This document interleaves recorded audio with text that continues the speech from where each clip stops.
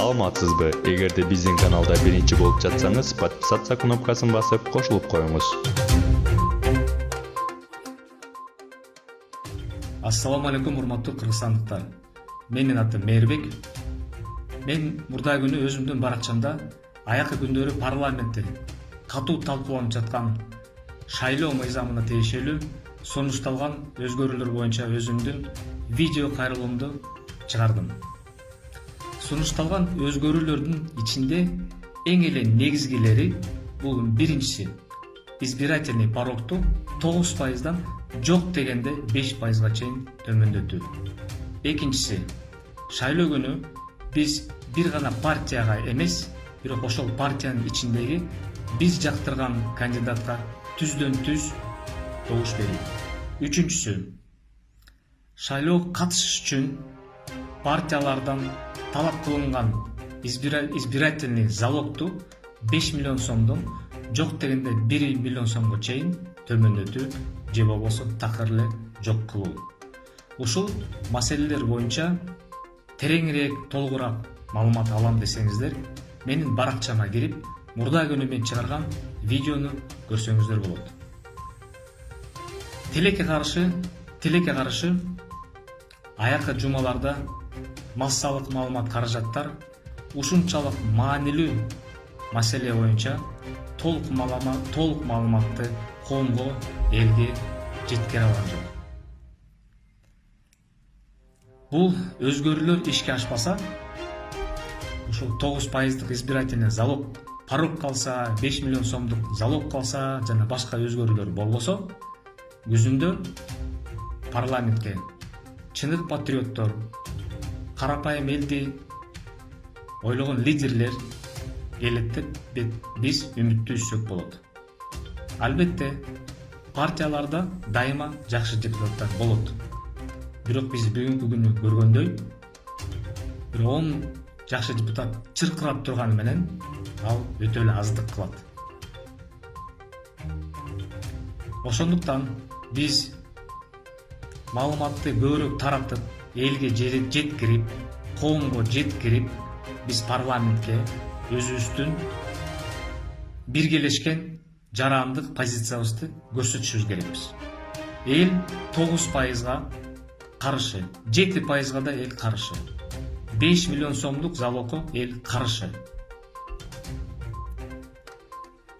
Ушул өзгөрүүлөрдү парламент колдоп бербесе, күзүндө кайрадан эле жасалма конкуренция түзүлүп, 3-4-5 партия кирет парламентке. Бирок биз баарыбыз жакшынакай түшүнүп тургандай эле, бул бир бактын 3-4-5 бутагы болгондой эле болот. Ошондуктан биз момун болбойлу, кайдыгерлик мамиле кылбайлы, өзүбүз менен өзүбүз жүрө бербейли, себептегенде мамлекеттин тагдыры чечилип турат. Кыргыздардын бир кызыктуу жери бар. Бир четте карасаң, биз баарыбыз тең саясатчыбыз. 5 жашар баладан баштап, улгайган чалга чейин. Бирок кандайдыр муктаждык болгон учурларда, керектүү учурларда биз бир муштун болуп бириге албайт экенбиз. Уктап жата берет экенбиз. Бирок аябай саясатчыбыз. Менин оюмча, күндө саясатчы болуштун кереги жок. Именно муктаждык болгон бүгүнкү күндөй керектүү учурларда биз биригип, өзүбүздүн жарандык күчтүү позициябызды билдиришибиз керек парламентке. Антпесек, элге каршы болгон чечимдер алынат. Мен бүгүн атайын кайрадан сиздерге кайрылып атам. Себептегенде жума башталды. Бүгүн эртең парламент иштейт. Анан ушул маселе боюнча чечимди чыгарат. Же ары, же бери болот. Четте калбайлы, ушул маалыматты коомго жеткирели, бөлүшөлү. Жок дегенде ар бирибиздин колубуздан эмне келет, биз ушул маалымат менен бөлүшө алабыз. Андан тышкары, андан ашык адамдардан эчтеке талап кылынган жок.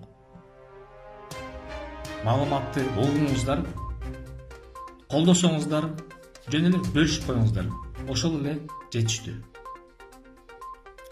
Мен биздин бийликке, депутаттарга кайрылгым келет. Кыргызстандын эли эгемендүүлүктү жана эркиндикти өтө баалаган калк. Биздин мамлекетте диктатураны орнотуу эч кандай мүмкүн эмес. 91-жылдан кийинки 29 жылдык тарыхыбыз менин оюмча бул нерсени аябай жакшы далилдеп берди. Кечээ эле мен ханмын, мен ааламдын кожоюнумун деп жүргөн адамдар бүгүнкү күнү же чет өлкөдө качкын болуп жүрөт, же болбосо мамлекеттин тамагын татынакай бир жерде отуруп жеп атат. Мен ойлойм, бул нерсени бир да саясатчы унутпаш керек. Туугандар, колдосоңуздар, видео менен бөлүшүңүздөр, маалыматты таратыңыздар. Мага окшогон кайдыгер эмес жарандар азыр соц тармактарда акция жүргүзүп атат. 5% колдоого, 5 миллион сомдук залогту төмөндөткүлө же жойгула деген сыяктуу акциялар жүргүзүлүп жатат. Ошолор кокусунан сиздерге келип калса, кайдыгер болбой бөлүшүңүздөр, таратыңыздар. Тааныштарыңыздарга, WhatsApp группаларга, Facebook группаларга, баракчаларыңарга, Instagramда бүткүл жерден. Көңүл бурганыңыздарга чоң рахмат. Саламатта болуңуздар.